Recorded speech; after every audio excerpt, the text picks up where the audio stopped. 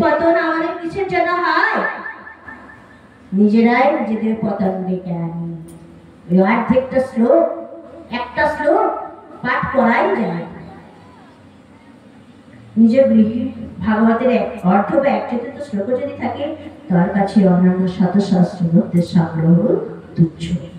করে যদি চার গৃহে ভাগবত থাকে না, জম্পাস তার থেকে মুক্তি নাই। যে গৃহে ভাগবত থাকে না, সেই গৃহকে কি বলা হয়েছে ভাগবতে? শ্মশান সম। সেই গৃহে কে থাকে? যম থাকে, যম।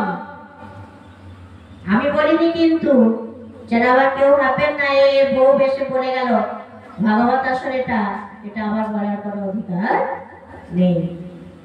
কলিযুগে যার গৃহে ভাগবত না থাকে, যমপাস তার থেকে কখনো মুক্তি নাই। এই কলিযুগে যার গৃহে ভাগবত শাস্ত্র নেই, তাকে কি বৈষ্ণব বলা যায়? সে তো চণ্ডালের অধম। হে লোকেশ ব্রহ্মাবৎস, আমার নিত্য সন্তুষ্টির জন্য সর্বস্ব বিনিময়ে সে বৈষ্ণব শাস্ত্রের সংগ্রহ করা উচিত। এই কলিযুগে যেখানে যেখানে পবিত্র ভগবত শাস্ত্র রক্ষিত থাকে দেবতাদের সঙ্গে নিয়ে, আমি সর্বদাই সেখানে উপস্থিত থাকি, তাই তো?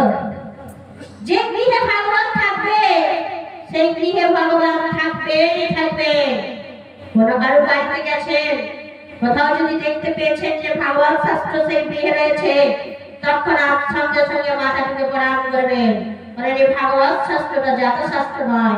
যে গৃহে ভাগবত শাস্ত্র থাকে, গোপাল বিগ্রহ থেকে, রানীর বিগ্রহ থেকে, সে গৃহে জানবেন স্বয়ং ভগবান উপস্থিত আছে। এটাই সত্য।